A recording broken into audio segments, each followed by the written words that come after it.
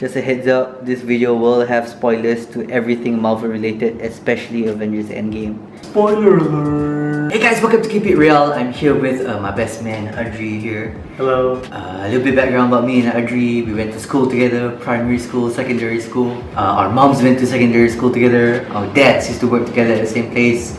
And we have seen pretty much every Marvel movie together since Iron Man, the first one. And we've just been seeing it all together along with the rest of the bachelors. We are fresh off of Endgame, and since this is the end of a decade of MCU movies, we thought of just like listing down like our 7 favorite Marvel Cinematic Universe movies and our 5 least favorite Marvel Cinematic movies. Mm-hmm. Okay, so what's your criteria for like a really great MCU movie?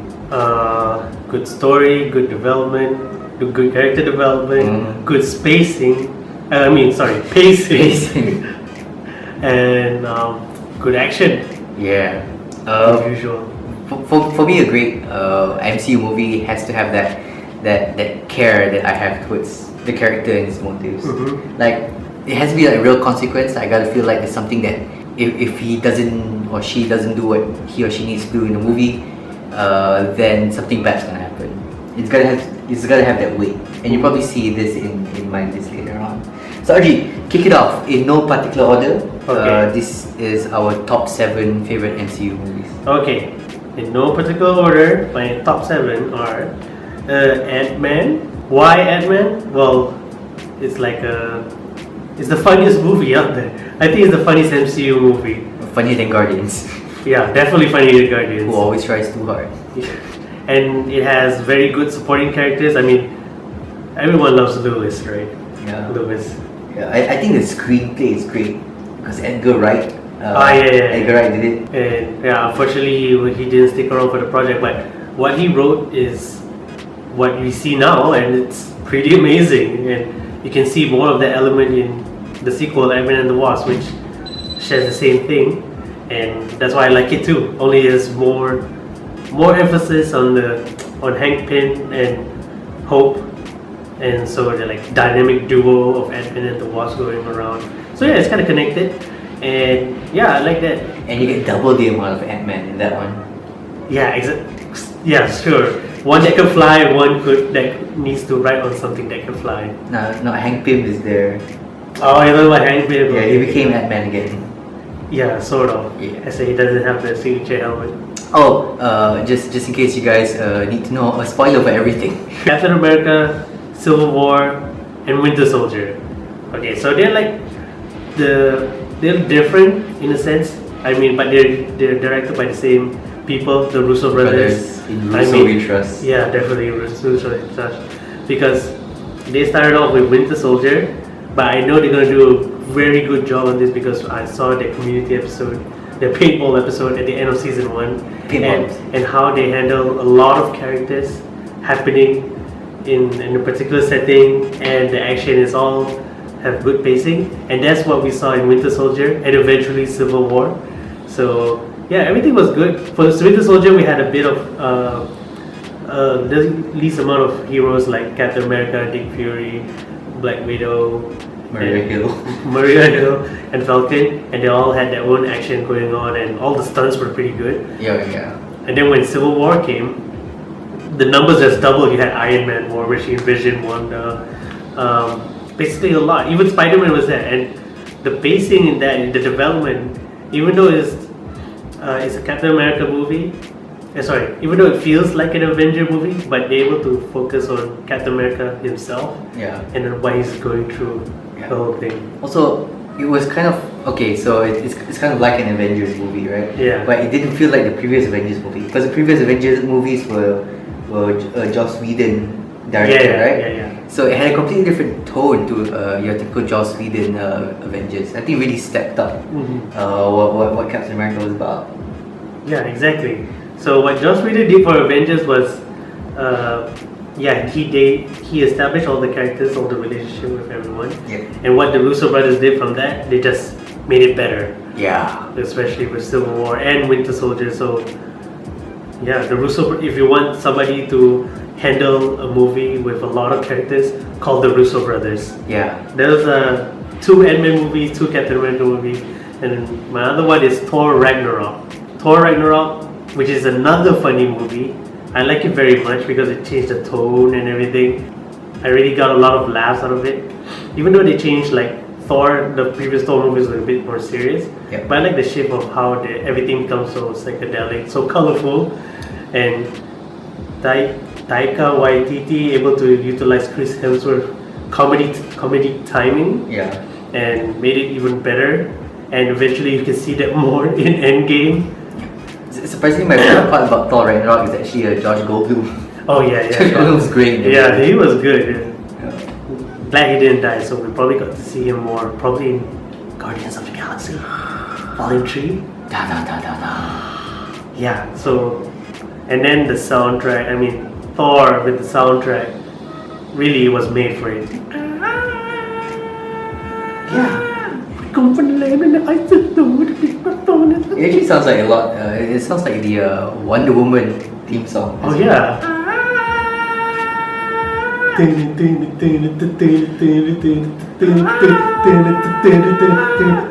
So yeah, Thor Ragnarok was a good trilogy movie for Thor. And Just the third movie.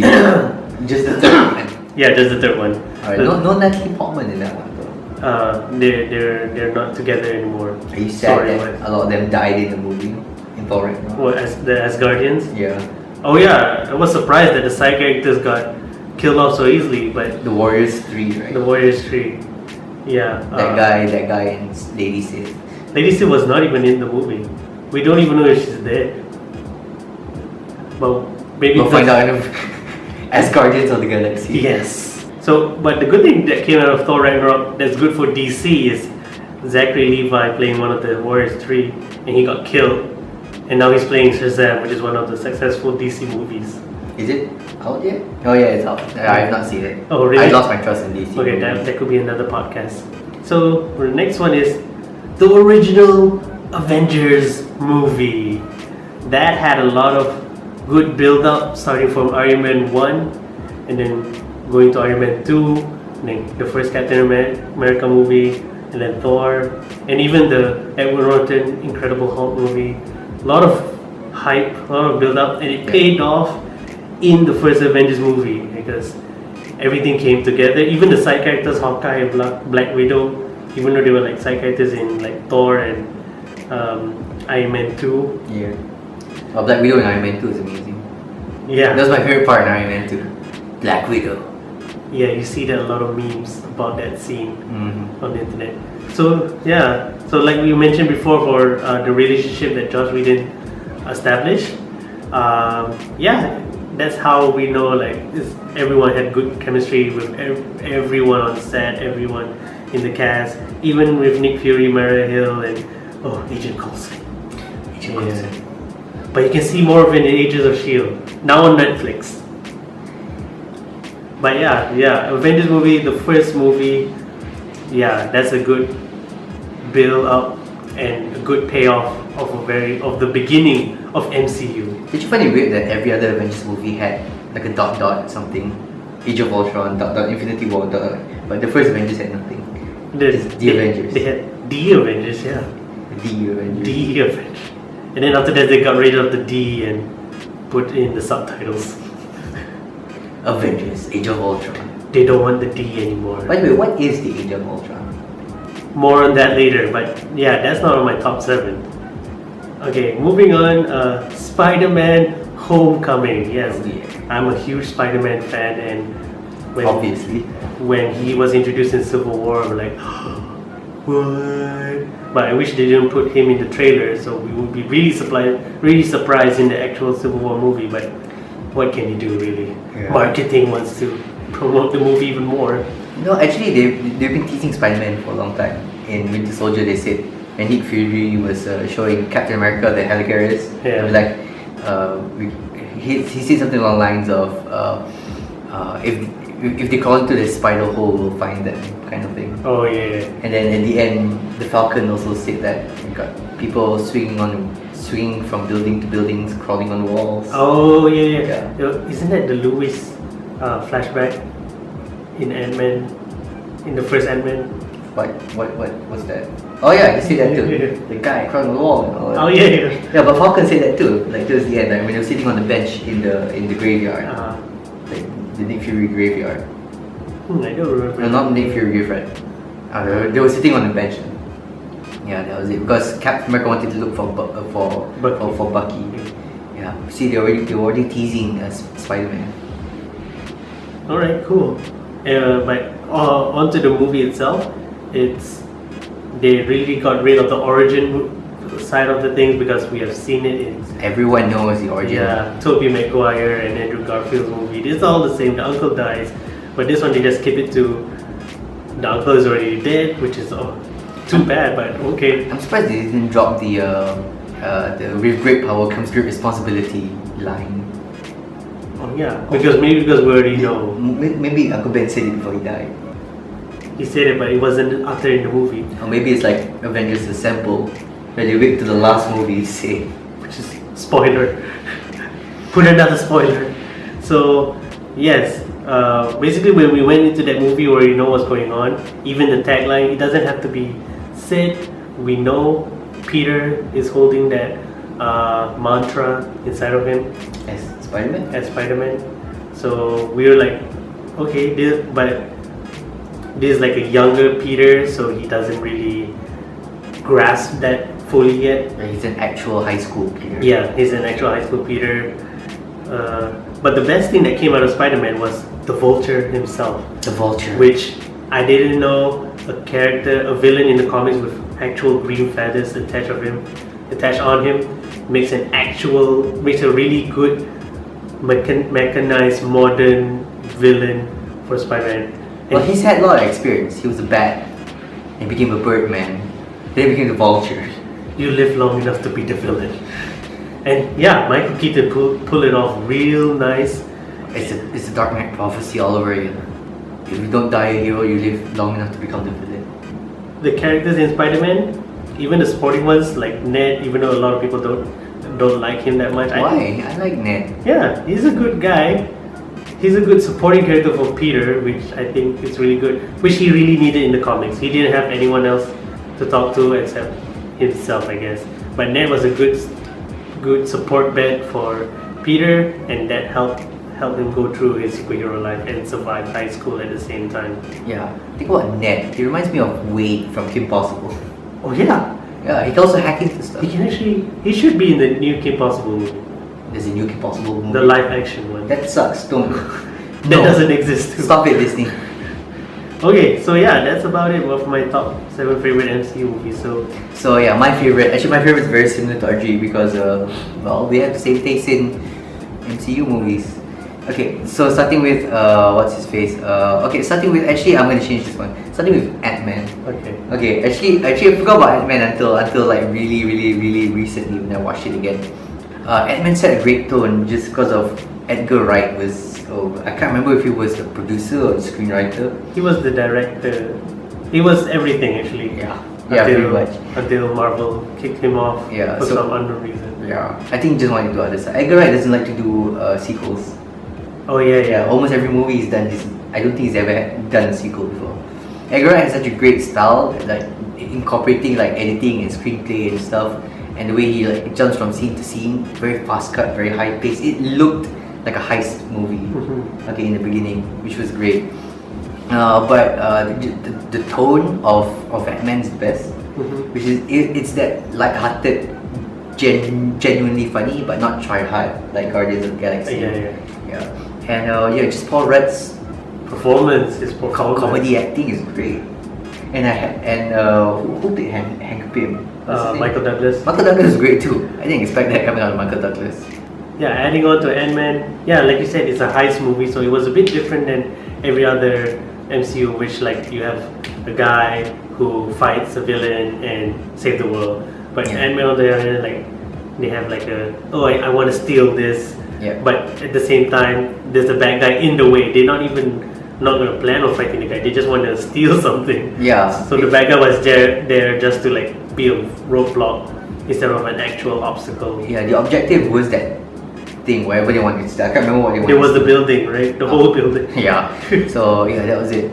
So yeah, so next up in no particular order is Ant-Man 2, Ant-Man and the Wasp. Yeah. So Ant-Man was great. Okay, so I didn't like Evangeline Lilly so much in the first movie. I thought she was a bit rough around the edges, but in this one, she was amazing. Especially as the Wasp, she was great, and I don't know, I got a bit of a crush on her in this one, Evangeline Lilly. Okay, but the best thing about this movie, it lost a bit of that Edgar Wright feel to it, except for a couple of scenes where they kind of like played off of that Edgar Wright-esque thing, where you jump from scene to scene, different people talking. But the best thing about this movie is that all the main characters, Hank, Hope, Scott, and the Ghost, all of them had really good motivations. Oh, yeah. Like Scott wanted to see his daughter. Hank and Hope wanted to find the mother, and then Ghost didn't want to die. Yeah. So they all are completely justified in what they want to do, and all of them are really high consequences. It was a daughter, a mother, and your own life. So there was a lot of weight in everything that they wanted to do. Yeah. And the last thing I love about Ant-Man and the Wasp is the appearance of Giant Man. Giant Man. Giant Man was great. I really love Giant Man. Oh yeah, to add on Ghost, yeah, she was like a unique villain. Like she wasn't a villain. Yeah. She's more like She's a antagonist. Oh, what is it? she's a survivalist. Oh yeah, but she was not like trying to kill anyone. She just don't want to die. So Yeah. that was a nice fresh of breath. It's almost on the villain thing. Yeah, it's almost reversed. Now the villain wants to steal something, and then Hank and Scott In the way. are in the way. Oh yeah. So it's like a mirror thing. Which is kind of cool. Okay. Oh, and last thing about Ant-Man and the Wasp is that you know how some movies, like their first version is great, and the second version they kind of try too hard Yeah. and kind of goes overboard. I feel like Ant-Man and the Wasp actually toned down a bit from the first Ant-Man. Like it was really funny. Okay, and they, instead of going extra funnier, they actually went a little bit more serious for Ant-Man and the Wasp, which I really love. They didn't go overboard like Guardians of the Galaxy. You're gonna mention a lot of Guardians of the Galaxy. Yeah, I'm really not happy with that movie. Next up, we have Spider-Man. Were you about to say Harry Potter? Yeah. Spider-Man Homecoming. Spoiler alert, Harry Potter dies in Endgame. Okay, so in my opinion, it's the best Peter Parker Spider-Man combo. Like Tobey Maguire, in my opinion, was a great Peter Parker. Andrew Garfield was a pretty good Spider-Man, but he didn't have one character or one actor that did both really well. And I think Tom Holland did that really well. Like he had the awkwardness of Peter Parker, but he had the wittiness of Spider-Man. Yeah, exactly. Yeah, so that was great. I think the great thing about this movie is that they really knew the essence of Spider-Man. Like it was not about his powers or like Tobey Maguire. To me, it always felt like it was about saving the girl. It was always about saving MJ. And with Andrew Garfield, I'm not sure what he was trying to do. Trying to be with Gwen, like in both movies. Yeah, I suppose so. But well, see how that worked out. But Spider-Man Homecoming really showcased like what's Spider-Man's real power. It's not his web slinging or his super strength or whatever. It is that will to always do what's right, no matter what his selfish needs are. Whether it is to be at a party or whether he's doing something impossible, which is all the rubble on top of him, which is a callback to that comic. To that comic scene. The scene in the comic where it is something that he's not supposed to be able to do, lift up all those tons of rubbles. But just by sheer willpower and wanting to do what's right, he overcame his physical boundaries to complete what he needed to do. Exactly. And that was great. And of course Vulture is bloody scary. They made Vulture scary. He's scarier without his suit. He's scarier as a person. Oh yeah. He's scarier as a person than his actual villain character. Man, again, Michael Keaton, he pulled it off. Michael Keaton. Keaton Next up, Winter Soldier, Captain America. Let's start with Civil War first, because I actually like Winter Soldier a little bit more. Civil War had amazing fight scenes. Exactly. Amazing fight scenes. We're talking about like a huge sparring session. Iron Man really tried to kill Bucky. Oh yeah. Oh, that climatic fight. Yeah. That was the best one. That was an amazing fight scene. Great fight scenes, and the fight scenes are not just physical fight scenes, which is actual fight scenes. It's also very psychological. Okay, there's a lot of Zemo trying to trick the Avengers to fight each other, but more than anything, it is a psychological fight between Captain America's moral and Tony Stark's moral.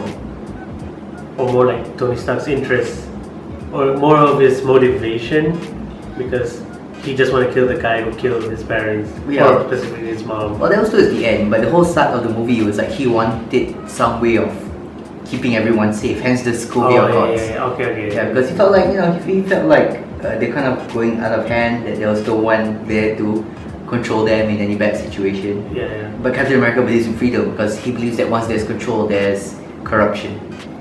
Yeah, exactly. Okay, so and then it was just I was back and forth. I did not. I couldn't pick between the two. In the end, I picked Chris Evans because he's hot.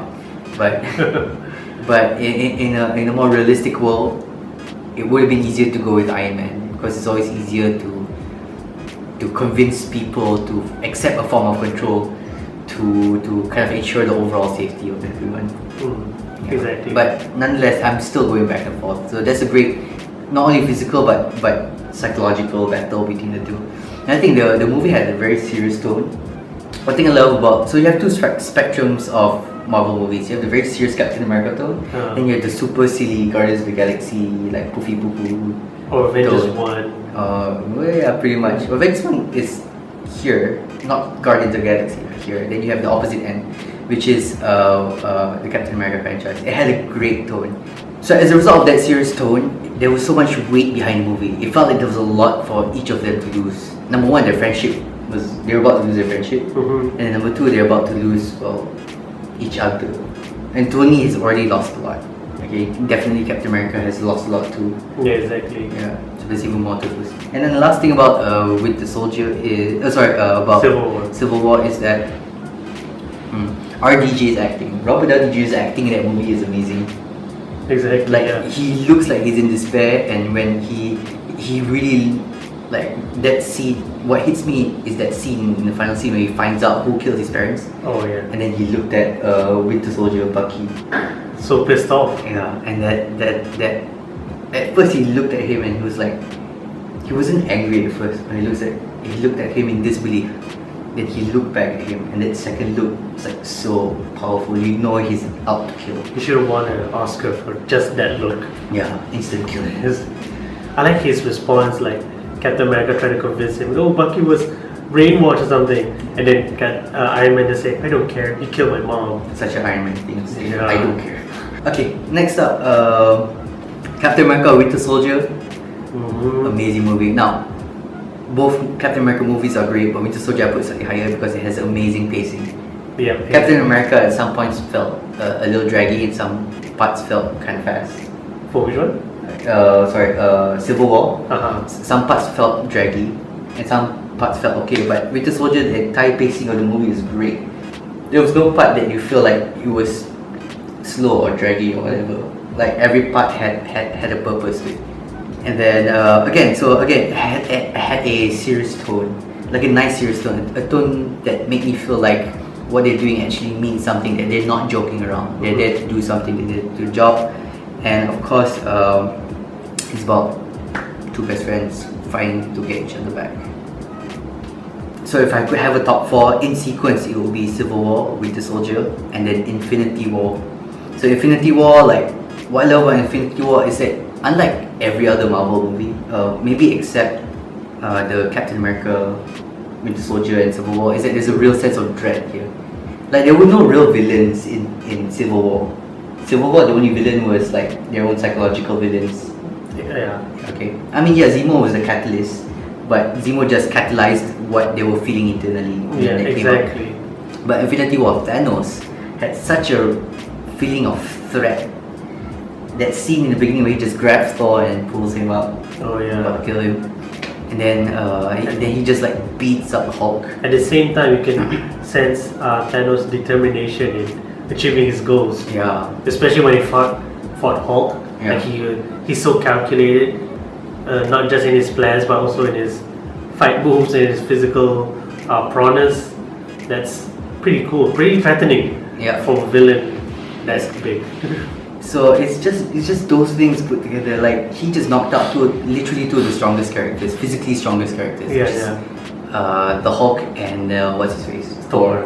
And he did it so easily, and he didn't even need help from his children, and he just beat up Thor. And it's just this impending sense of dread. He felt like this train that the Avengers was trying to hold back but could not stop. So I love that. So with that, he's a great villain because he has a great motivation and he's justified. He wants balance in the universe. Like he wants to kill half of the universe, Yeah. which he did, so that there's enough resources to go about. So the weird thing is that all these people disappeared, and they show in Endgame like kind of society broke down a little bit, and they had to recover. Okay, so people started getting jobs again, and then whales started swimming in the ocean again because there was less pollution. And then suddenly, what happens when all these half of humanity comes back? Suddenly, society doesn't function the way it functions, and then it comes back. That's true. It has been like 5 years, right? Yeah, so I just feel like the crime rates will spike back up because suddenly you have half of the human population who in the last 5 years we did not need as much food or water or housing to fuel. Suddenly they're back, and suddenly there's not enough food and water anymore. That's true, right? Yeah, it could create a big riot, but yeah, I'm jumping ahead of myself. And then last but not least, Infinity War had like a real sense of consequence. Like the consequences were huge. It was not just like you're losing a friend, like in Civil War. It's not just you're losing the most important people in America, like in Winter Soldier, or you're losing your best friend. Yeah.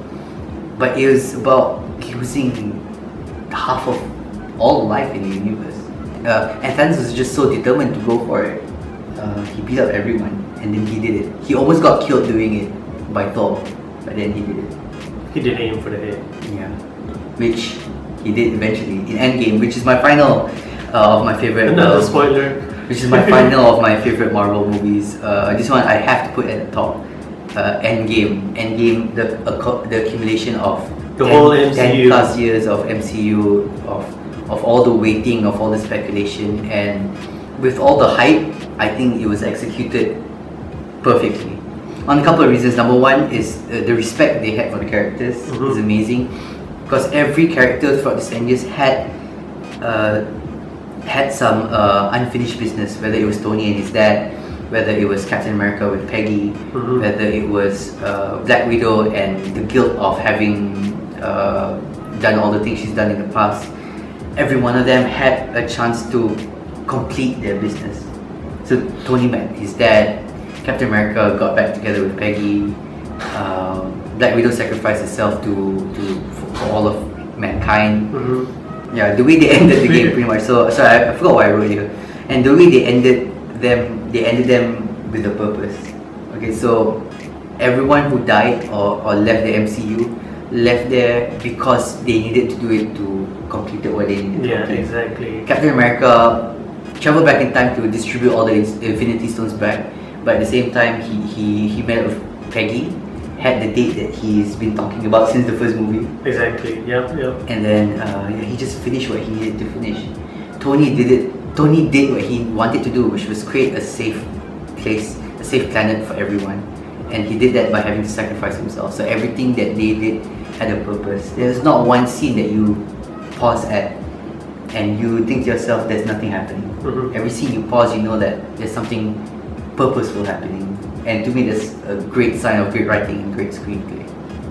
Oh, and the last bit, one of the last things I love about the movie is, well, number one is all the callbacks to all the comics. So you had Professor Hulk,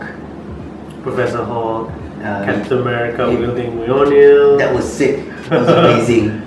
You have Captain America saying Hail Hydra. Hail Hydra. Because he's a Oh my god. quote unquote he's They're still fresh. Hydra agent. I don't know if it's true or not, or whether he was undercover in the comics. It's confusing. We'll talk about it in another podcast maybe.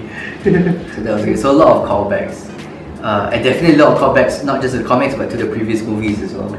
That was great. Yeah, like Captain America entering the elevator again. Oh, the elevator scene. We were expecting a badass fight. Iron Man hugging Spider-Man when Spider-Man thought he was hugging him in the limo. Oh yeah. That was a lot. A lot of things were broken as well. They really tried to break the Avengers, like really break. Like Thor got fat. That's the best part though. Yeah.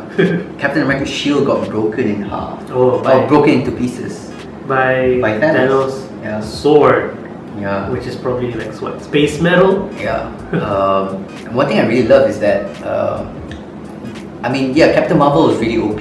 But I feel like they didn't overuse her, like they did with Superman in Justice League, where he was like the ultimate. He's the only person that could defeat the villain and everything else. But with Captain Marvel, it was just the perfect, like, she came in at the right time because she was out there in the universe. Yeah. Then she came back towards the final fight scene to really end the game, like destroy the ships and destroy a whole bunch of the army. So actually, again, it mirrors like what happened with Thor. So they were both Thor and what's her face, Carol Danvers, Captain Marvel. In the respective movies, they were both out in space fixing something. Thor was fixing his hammer or getting Stormbreaker, and then he arrived, destroyed the army, then destroyed the ships. Captain Marvel did the same thing. She was out fixing other planets, then she came back, destroyed the army, and destroyed the ships. If I were to put them at the energy, at the power level, like Prime Thor with Stormbreaker and Captain Marvel are pretty much in the same range, except I think Captain Marvel is actually I think she's stronger. She's definitely stronger in my opinion. Yeah. Okay, maybe not by a lot compared to Prime Thor with Stormbreaker, but she's still definitely more But her powerful. powers come from an Infinity Stone, so Yeah, which is crazy. So she's definitely more powerful. Yeah. How much more powerful? I don't know. It was never explained. Maybe we'll see in as Guardians of the Galaxy. But I'm kind of glad Captain Marvel didn't finish Thanos off, because they would be like, oh, she's there to finish the game, but she got overwhelmed also by Thanos. Yeah, that was great because it still showed like it's the Avengers, Yeah. not the Denvers. Not Carol Avenger Danvers. So that's good. But to be fair, she was powerful enough to pretty much overpower him, Yeah. to the point that Thanos had to take out the Power Stone and hit her with it pretty much. That was cool. That's a cool scene, though. Then he reapplied it to himself. And then, Carol Danvers, wow, she was pretty badass though. Last but not least, hold on, there's one last thing I love about that feeling of righteous fury in the final battle when they came back to life, and then Doctor Strange brought everyone back. I've never felt so inspired, so powered, so empowered. That is really cool. That was really cool. I felt like Starfire from Teen Titans. Righteous fury. Except 10,000 more, Yeah. 3,000 more. Yeah, I just want you guys to know how much this movie impacted me. Now, a lot of people cried watching the movie. I didn't cry watching this movie. Okay, I didn't cry not because I wasn't sad, but because it hit me so hard that I watched this movie at 8 o'clock at night. Okay, I went home, couldn't sleep until 2 a.m. in the morning. Then I went to sleep, woke up at 6 a.m. in the morning, couldn't sleep because I was still thinking about the movie. Decided to go for a run. Ran for 1 hour, climbed up 19 flights of stairs. During the run, then my body finally processed everything, and then I started crying. Wow. Yeah. So that's it. That's my top 7. That was Audrey's top 7. We are now going to do our bottom 5 Marvel movies. So Audrey's bottom 5 Marvel movies are. Bottom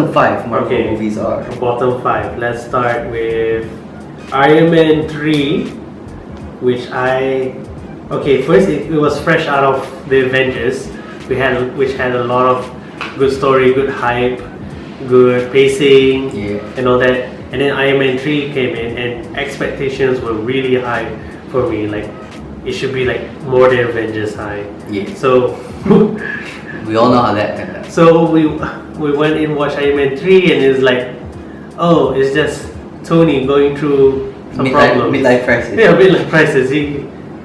For a guy who has like very high ego or strong outlook, he was really like, oh, I almost died because I threw a nuclear missile. I threw a bomb into space. Yeah, and he thought he could die. But I think he went through worse things than that, honestly. But anything else, it feels like filler. It's just filler for me. Iron Man 3 was just filler. And then what the ending of Iron Man 3, he got rid of the suits, and then next thing you know, in Age of Ultron, he built more suits. He got rid of his arc reactor too. Yeah, so it's very incoherent in the story, so it doesn't make sense. And the villain, oh my god, the villain. I mean, the twist was good, but oh, I hated the twist. You didn't like? No, I hated the twist because Travis Slattery as Mandarin was amazing as the Mandarin. Then found out he was an act. Okay, fine. Oh yeah, I agree. Okay, I take that back. The twist wasn't that good because you find like a British football guy turns out to be like the Mandarin, and he was like so oblivious to it, like, oh, I thought it was an acting gig.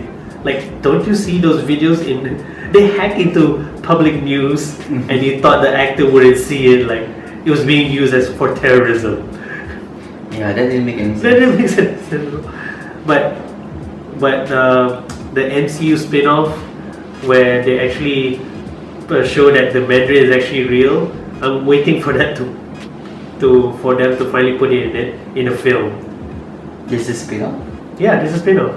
Like, what is this? It's about Travis Slattery in prison, and then somebody was interviewing him, and it turns out that guy interviewing him is the Mandarin's minion, and he kidnapped Travis Slattery. What is this? I've never seen this before. Oh, you haven't seen it before? No, I have never seen this one. I'll watch this later. Yeah, I'll share it to you. Yeah, you should watch it. It's very good. That's how they made the Iron Man 3 twist even better. Okay, so yeah, basically, TLDR Iron Man 3 was just filler for me. It didn't impact anything. Yeah. Yep. Okay, so next movie is Avengers: Age of Ultron, which still disappointing because unlike the first Avengers movie, there was no hype at all, no build up. Like before Avengers, you introduced all those characters, right? Yeah. And eventually you had this one epic battle in the Avengers movie. But Age of Ultron is like nothing. Like suddenly, starting of the movie, they all get together and beat up Hydra. Yeah. Where's the basis from that? I mean, I think they just called them in. And then if you watch Agent of S.H.I.E.L.D., the series, you know why they call them in. But for those who didn't watch Agent of S.H.I.E.L.D., you're gonna get like Real here, you're gonna get so confused why they are there in the first place. So it doesn't make sense. Like, how did they?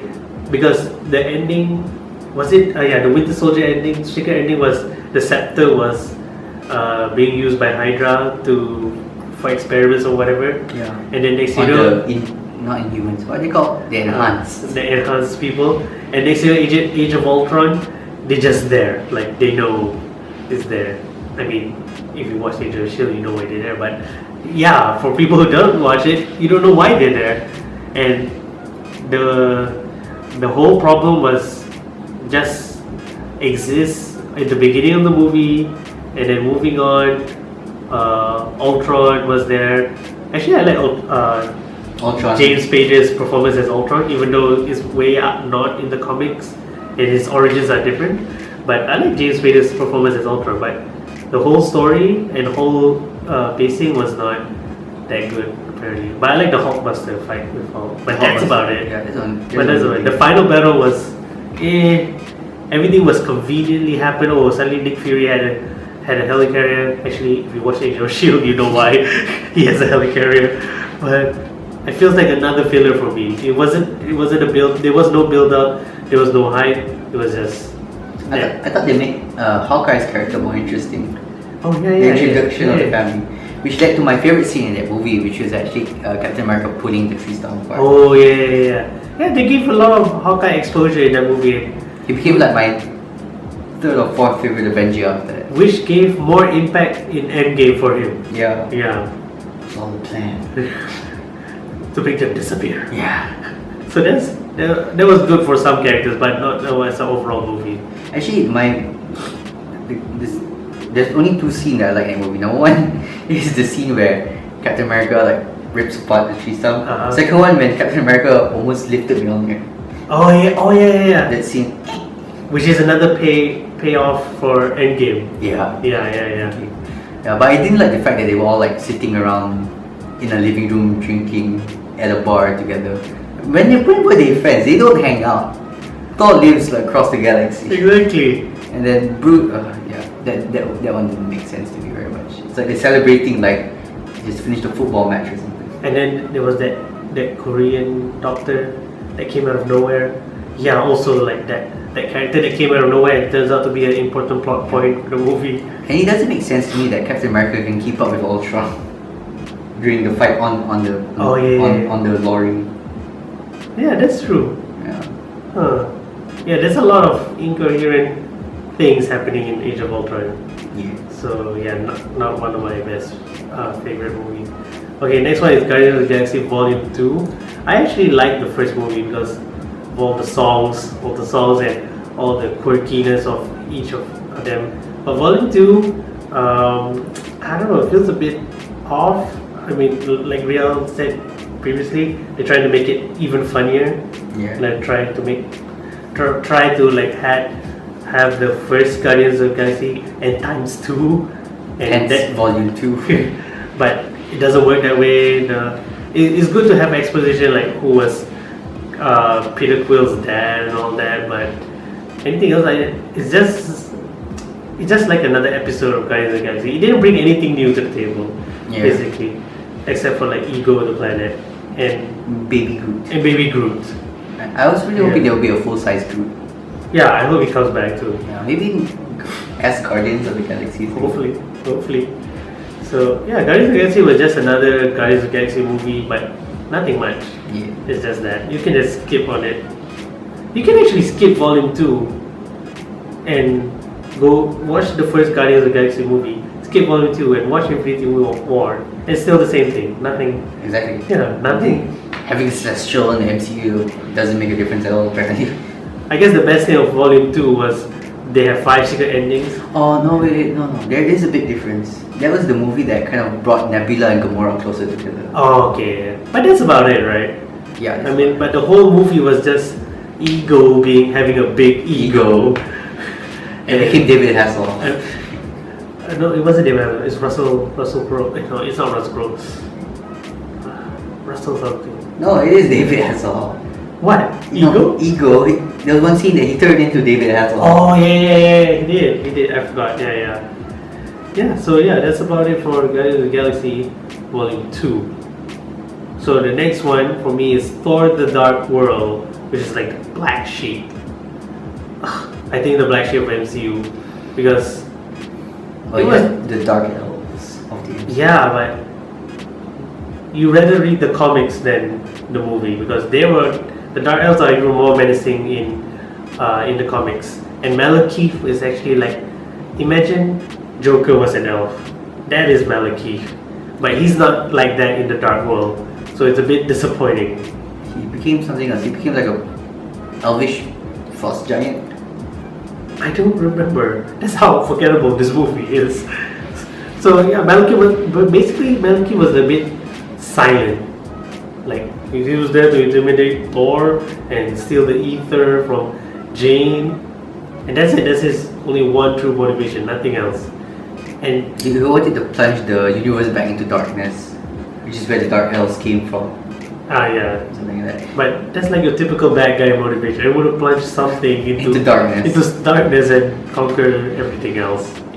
Actually, the only thing I like about the movie is the amount of screen time Natalie Portman had. Oh. Other than that, nothing else.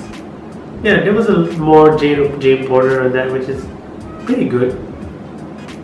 But so sad she didn't come back from the next movie. The next Thor movie. If there is a next Thor movie. No, she didn't come back for Ragnarok. I mean, but she came back for Endgame. just for that few seconds. That's all we need. Well, she got a credit in the credits. Was it? Yeah, Natalie Portman. Even though it was just a few seconds. So yeah, but yeah, Dark World, nothing much. It's fresh out of Avengers, and I thought the Dark World would like bring up the game, but it was nothing new. Okay, the next one is Captain America: The First Avenger, which is a good introduction to Captain America, but where it's like a typical origin story where scrawny kid or normal kid gain superpowers to save world. Yeah. And that's about it. It's basically, that was it. That was it. It's a Rocky movie without a training montage, pretty much. Exactly.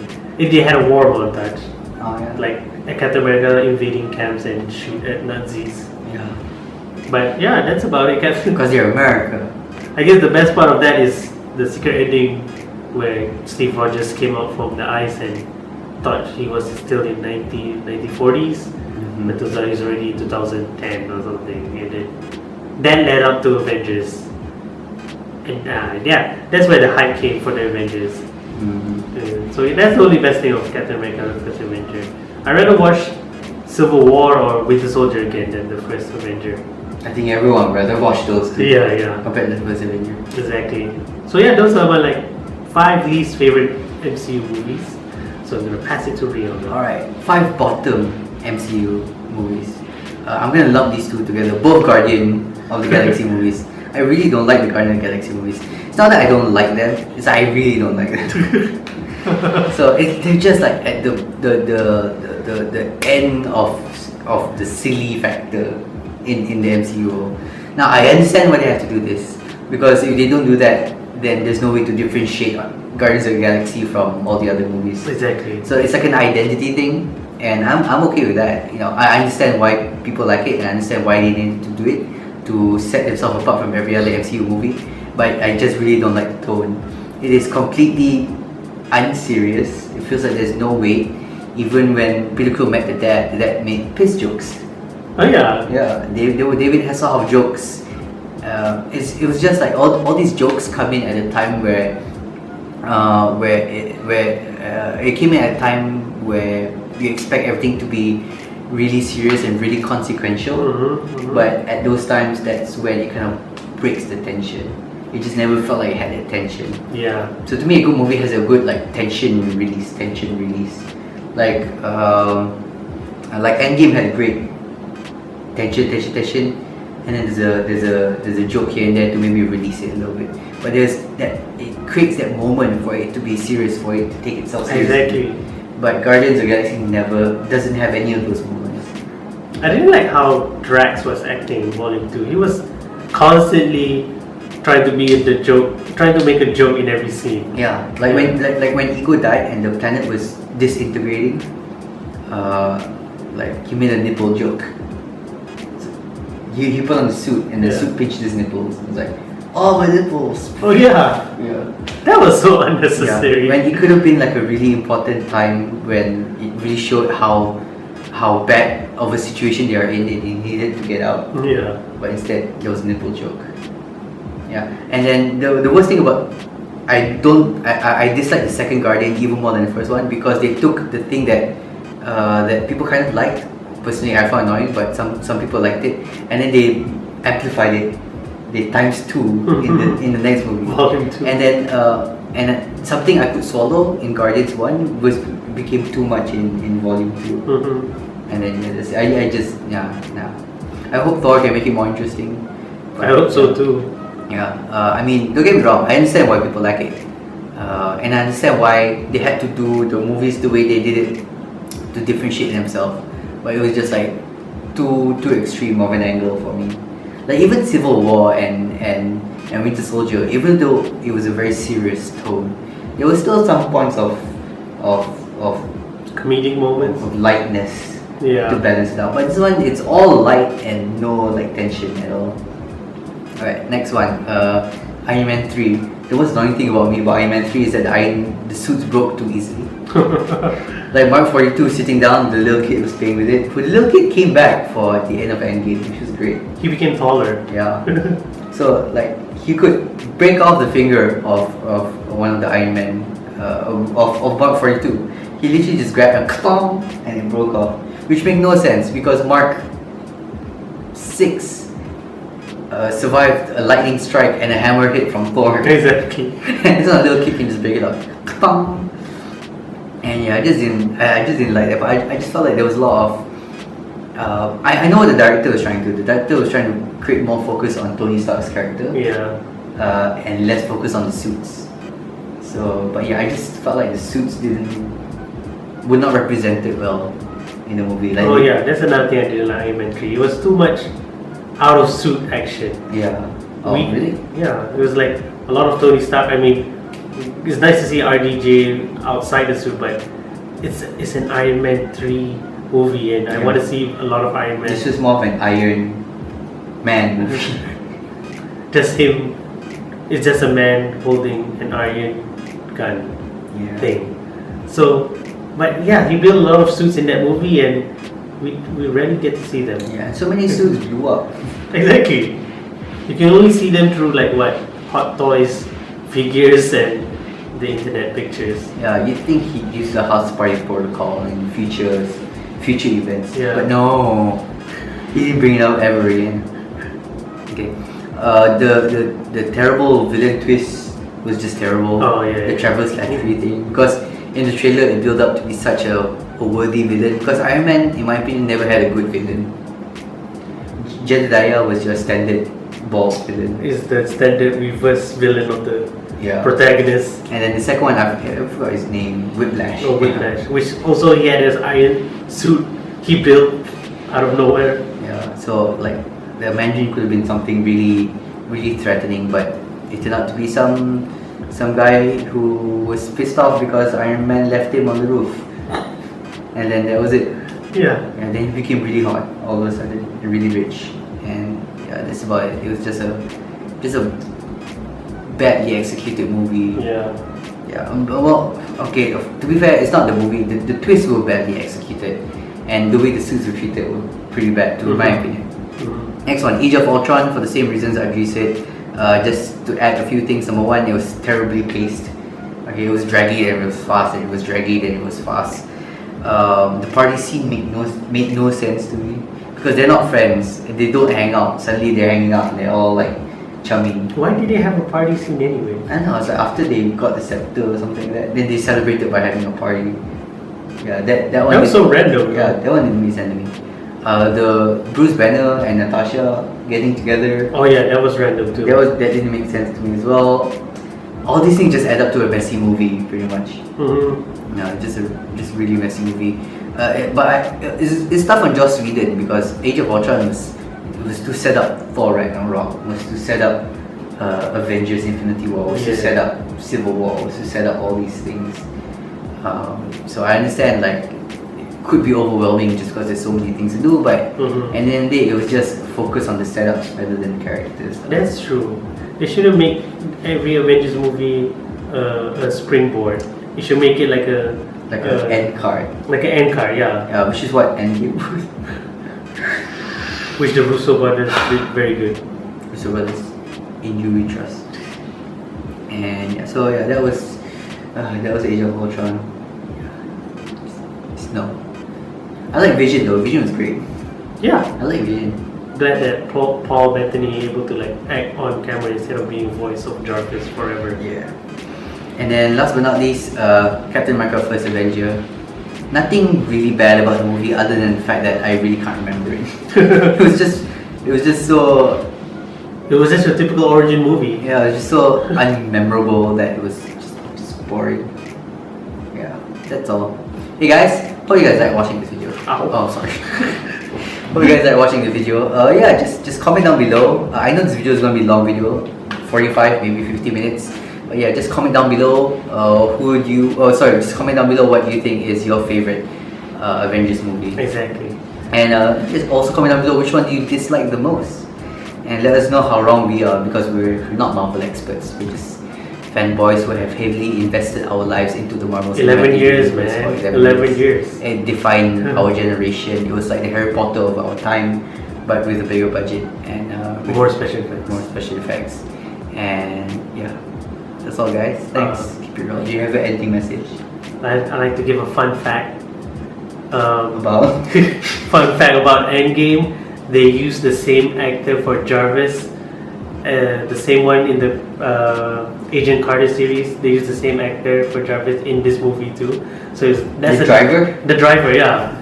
So he had a bigger role in Agent Carter, and then I'm glad they used that guy again in that scene, in the past scene. So yeah, there's another good payoff for this MCU Endgame thing. Alright. To all the DC fans out there, I think after Spider-Man Homecoming, Far From Home, which is the next Marvel movie, I think Marvel's gonna take a 1 year break. So DC, this is your chance to bounce back, because Marvel is taking. Shazam is really good. You should watch it. Now they're getting good. Yeah. They started with Aquaman. No, wait. They started with Wonder Woman. Yeah, I really like Wonder Woman. Aquaman, have you seen it? No, not yet. Oh yeah, you should.